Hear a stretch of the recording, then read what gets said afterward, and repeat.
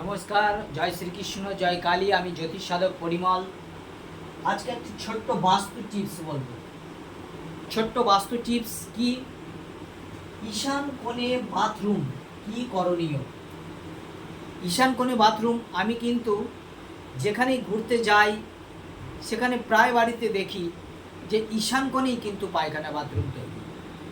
এটা কিন্তু ভিন্ন জাতি সম্প্রদায়ের কোনো মিস্ত্রিরা প্ল্যান প্রোগ্রাম দেয় কিনা জানি না, তবে আমাদের উচিত ঈশান কোণ ছেড়ে কিন্তু পায়খানা বাথরুম তৈরি করা।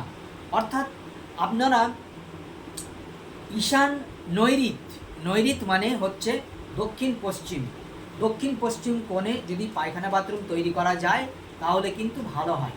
আর অগ্নিকোণে কিন্তু জলের ব্যবস্থা। অগ্নিকোণ অর্থাৎ দক্ষিণ পূর্ব, এটি অগ্নিকোণ। আর উত্তর পশ্চিম হলো বায়ুকোণ। যাই হোক, ঈশান কোণে কিন্তু আমাদের ঠাকুর মন্দির থাকা উচিত, কারণ এখানে বাস্তুদেবের মাথা থাকে। বাস্তুদেব অধকাসুর আমাদের বাস্তুদেব, তিনি আমাদের স্বয়ং মহাদেবের ঘাম থেকে ওনার উৎপত্তি।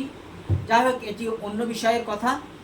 যাদের ঈশান কোণে পায়খানা বাথরুম আছে, এই সকল জাতকরা বা জাতিকারা কি করবেন, কি করণীয়?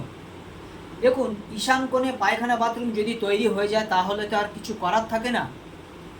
আমাদের গুরুদেব শিখিয়েছেন যে ঈশান কোণে যদি পায়খানা বাথরুম তৈরি থাকে তাহলে বাথরুমের দরজায় একটি দৌড়ে আসছে বা ছুটে আসছে বাঘের ছবি।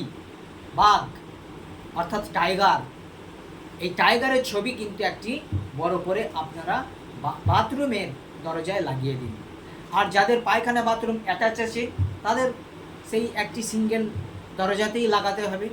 আর যাদের পায়খানা বাথরুম আলাদা আলাদা আছে তারা করবেন কি, বাথরুমের দরজায় একটা বাঘের ছবি লাগিয়ে দেবেন। দৌড়ে আসছে অথবা এমনি কোনো বাঘের ছবি একটি লাগিয়ে দেবেন। দেখবেন ধীরে ধীরে কিন্তু এই পায়খানা বাথরুমের যে অশুচি, যে দোষ, সেটি কিন্তু কাটতে শুরু করে দেবে। যাই হোক, ভালো থাকবেন। আজ এই পর্যন্তই। জয় গুরু, নমস্কার।